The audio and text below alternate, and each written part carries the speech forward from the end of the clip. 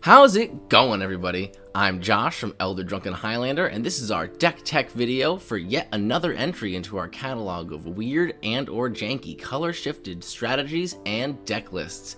Grixis, Angel, Tribal. Yeah, that's right. Trust me, it works. I mean, it's janky, and I really had to stretch for it, but it works. If you enjoy this type of color-shifted jank nonsense, you should check out some of our other videos. We do everything from Is It Life Gain to Red-Black Dinosaur Tribal, Mono-Black Wizard Tribal, Mono-Blue Aristocrats. What is that Selesnya Wheels deck? 5-color Niv-Mizzet Voltron, Prismatic Piper, Storm, and a lot more. So if you're interested in any of those weird deck ideas, check out our other stuff. Also, I'd just like to give a big shout out to our patrons. They help pay for this setup. This is our first video in the brand new setup, and it is awesome. You're going to be seeing a lot more content from us, but it's going to be a lot more high quality because of the contributions from our patrons. So big shout outs to all of you guys. You're helping us make this content amazing. Thank you so much. Back into the deck. Now, the first thing you might be wondering about this deck is who the hecking heck we chose as our commanders. There aren't any Grixis Angel commanders. Well, yes, but Crom is a 5-mana 4/4 flying creature.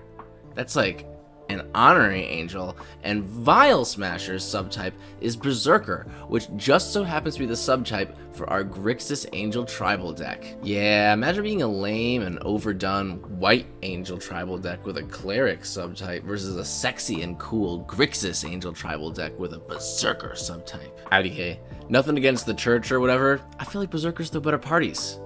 You know, the last time Clerics won a party, everyone said Zendikar Rising was lackluster. Hey! Besides our two commanders doing our best angel impersonations, we have a suite of real actual angels and some changelings that make up the main bulk of the deck. You can see them all here on screen. Some of them are pretty good. Most kinda suck though.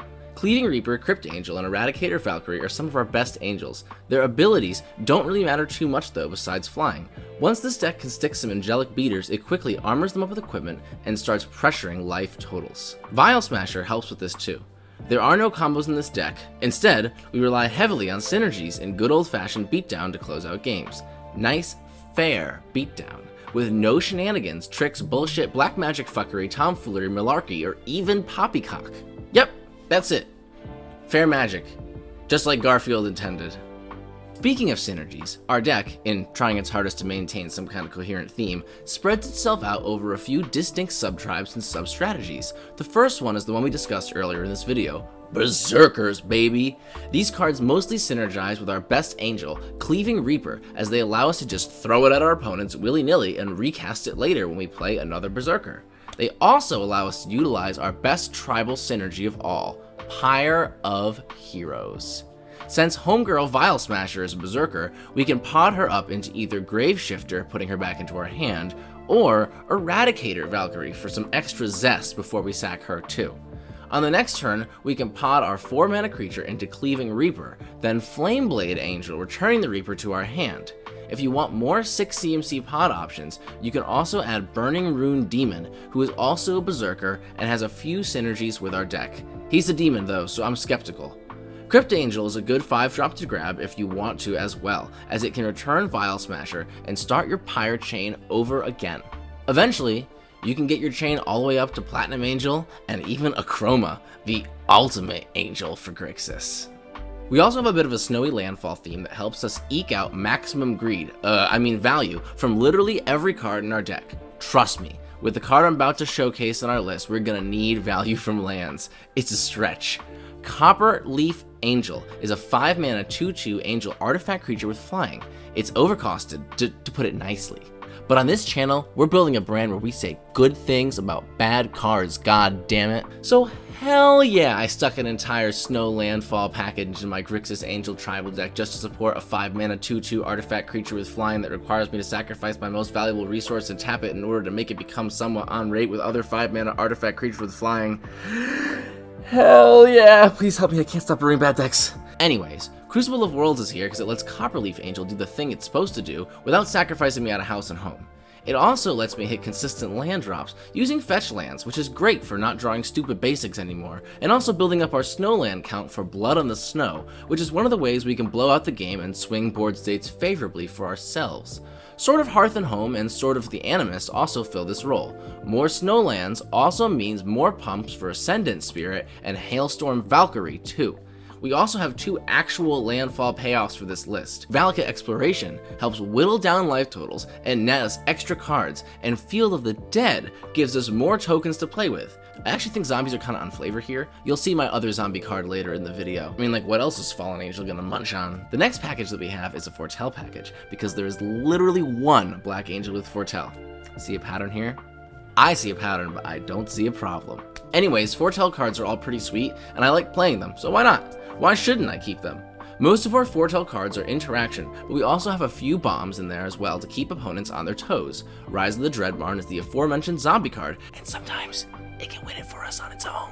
Alrund's Epiphany is basically an extra combat here with bonus birds. Haunting Voyage is our big tribal payoff, and is often one of our most reliable ways to set up a win. Finally, we have a small clone package, largely because I ran out of angels. Oops. I want to quickly address these cards as we all know what clones do. Rite of Replication is also a win con on its own, so it's in here, and I'm also testing out the new Mirror Hall Mimic because I think having a bunch of Platinum Angels seems hilarious until I get board wiped. Notable inclusions. These are the cards that I like in the deck. Let's talk about them. Shadow Spear. Besides being kinda on theme, I love how this card can keep us in the game by attaching itself to Flameblade Angel or Vial Smasher. Doomblade. Yeah, there are better cards, but they don't have angels in the art. Platinum Angel. Besides being an auto-include just for showing at the Pro Tour Honolulu, this card can be a hilariously resilient piece in this deck. It's just really hard to kill, we have a lot of recursion, and we have a lot of ways to protect it as well. Gravitational Shift. This is one of our best cards. Buffs our team, and nerfs our opponents, turning our angels into formidable flying warriors, where opponents get puny little creatures in the ground. Akroma, Angel of Wrath. She's a gigantic beater who slaps faces and takes names. Our best angel stat-wise. Also, if you morph her and leave her long enough, your opponents might forget and think she's a Foretell. Notable exclusions. These are all cards that I wanted to include, but I kind of ran out of space in the deck. Akroma's Memorial. It was so expensive. I really wanted it, but it was just so much mana. Angel's Tomb. Okay, I'm not that desperate for angels. Damage doublers. Good with Vial Smasher and also Punchies. But ultimately, I decided on the Foretell package instead. Door of Destinies and other tribal effects. We don't quite have the density of angels that I'd like to make these work, and honestly, I'm just not a fan of these cards in general, personally anyway. I mean, Door of Destinies is understandably a house that probably works in literally any tribal build. I don't know, maybe it's because they're overdone. Patriarch's Bidding. We have the Foretell version of this that doesn't bring back our opponent's creatures, and I feel like our opponents all have better creatures than us, so I don't know if I want to be running like symmetrical effects like this.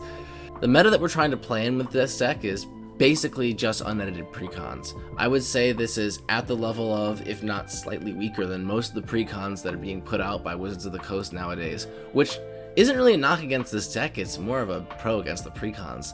The unedited precons, if you haven't tried them, basically everything since Strixhaven have absolutely slapped. Wow, it's pretty awesome. It's pretty great, and it's really nice for power level discussions like the one that I'm having right now about this deck. I can say my deck is as good as a precon, and it's not really a bad thing. I know, it's not like shameful when you're like, my deck is as bad as a precon, and someone's like, oh, like the Riku precon that doesn't do anything for 5 turns, and then plays Riku, and then he dies. Anyway, I've played this deck in pods against the Gavi precon, the Willow Dust precon, the Leonor precon, the Prosper precon, and the Vrondis precon. I did pretty well each time. It's notched like 3 wins in the 7 games I've played it. You can also see me play it on stream. There's a VOD in our Discord only content section of our Discord. You can see me play it against Labman Cam, Alton from the Spellseekers, and friend of the channel Cop Cop. Speaking of our stream, if you like our antics and want to see more, you should check out our live streams.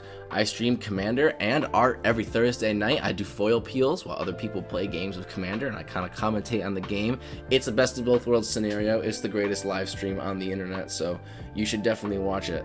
Austin also streams deck building live streams on Sundays, which are pretty fucking cool. So go check those out too. He takes suggestions from chat on what deck he wants to build and what cards to add. Lastly, if you want to get in touch with us and talk to us about our decks or any ideas for decks that you're building of your own, check out our Discord. We have a huge community there that plays games and builds decks with each other, and we'd love to get more people in there. Thank you all so much for watching our video. Don't forget to leave a comment, tell me what you thought of this janky monstrosity. And speaking of which, stay janky, my friends. I'll see you next time.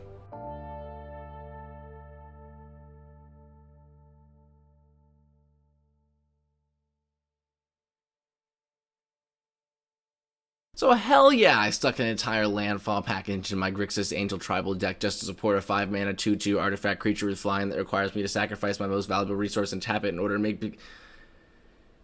I actually think zombies are kind of on flavor here. Ugh. That you can see when we play it.